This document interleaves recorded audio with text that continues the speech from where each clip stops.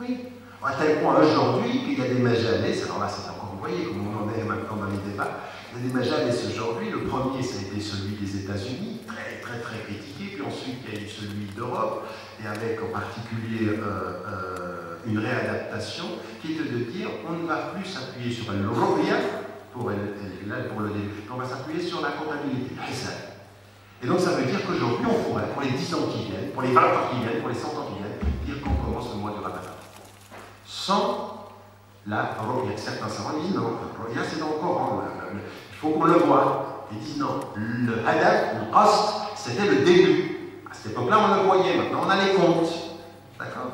Alors, le débat qu'il y a eu entre l'Amérique et l'Europe, c'est qu'en Amérique, ils disaient il faut qu'on se mette sur Greenwich. Et Youssef al-Qaradawi, et d'autres savants ont dit non, il faut qu'on se place sur le méridien qui passe par la Mecque, et à partir de ceci, on le fait pour le monde entier. Et comme ça, on simplifie.